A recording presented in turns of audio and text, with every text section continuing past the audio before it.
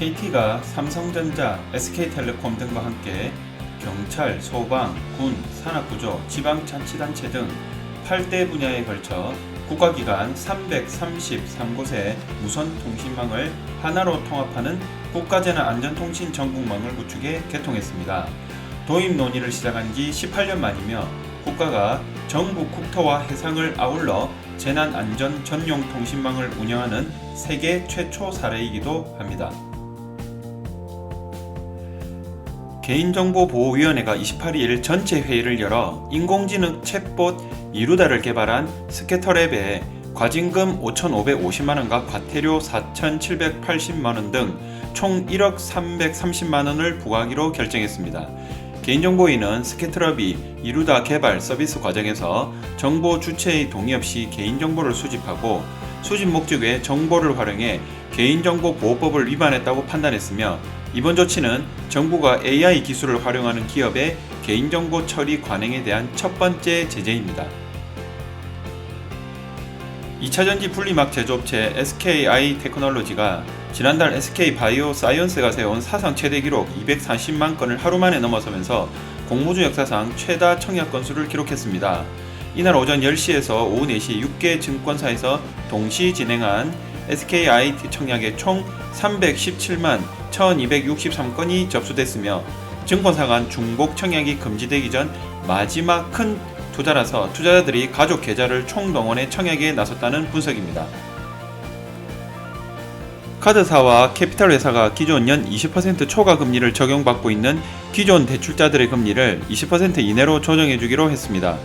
여신금융협회의 여신거래표준약관에 따르면 카드나 캐피털사는 저축은행과 달리 법정금리 인하분을 기존 대출에 소급 적용할 의무는 없지만 자발적으로 소급 적용을 택한 것이며 이로 인해 해당 금리 구간의 기존 차주는 숨통이 트이게 됐지만 카드사나 캐피털사의 수익 악화는 불가피할 전망입니다.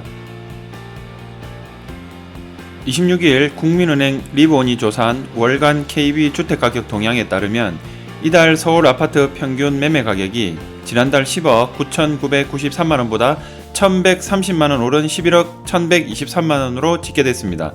국민은행이 해당 통계를 발표하기 시작한 2008년 12월 이후 가장 높은 가격이며 지난해 9월 10억 원대를 돌파한 뒤 7개월 만에 1억 원이 넘게 상승한 것입니다. 미국 상무부가 올 1분기 국내 총생산 증가율이 전분기 대비 6.4%를 기록했다고 29일 발표했습니다. 백신 보급과 부양책 효과로 소비가 살아난 덕분이며 미국 중앙은행도 경제활동 및 고용지표가 빠르게 개선되고 있다고 평가하고 있습니다. 올해 들어 중국 기업들이 미국 증시 상장을 통해 조달한 자금이 크게 증가한 것으로 나타났습니다. 25일 블룸버그 통신에 따르면 올 들어 이날까지 뉴욕 증권거래소와 나스닥 등 뉴욕 증시 기업 공개를 통해 중국 기업들이 끌어들인 자금은 66억 달러, 우리나라 돈으로 7조 3,700억 원에 이르는 것으로 조사됐으며 미국 금융당국이 중국 기업을 겨냥해 상장 기준을 강화하고 있는데도 풍부한 자금과 유연한 상장 규정을 갖춘 뉴욕 증시에 대한 중국 기업의 선호가 지속적으로 커지고 있다는 분석입니다. 기타 한 주간 있었던 주요 소식들을 간단히 말씀드리겠습니다.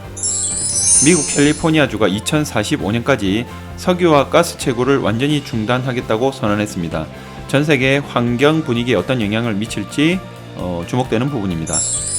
이건희 회장 삼성 일가가 12조 원 이상의 상속세 납부 계획 및 사회 환원 계획을 발표했습니다. 관련 내용은 해당 신문 지면이나 뉴스를 참고하시기 바랍니다. 중국이 59년 만에 처음으로 인구가 감소했다는 자료가 보도됐습니다. 14억 명 밑으로 떨어졌다는 것인데요. 관련 내용 참고하시기 바랍니다. 이번 달 29일에 드디어 이해충돌 방지법이 국회 본회의를 통과됐습니다. LG전자가 분기 기준으로 사상 최대 실적을 기록했습니다. 발표된 내용에 따르면 매출은 18조 8,095억 원, 영업이익은 1조 5,166억 원으로 집계됐습니다. 자, 이것으로 2021년 4월 5주 경제 리파인을 마치겠습니다. 이번 한 주도 성장하는 한 주 되시기 바랍니다. 감사합니다.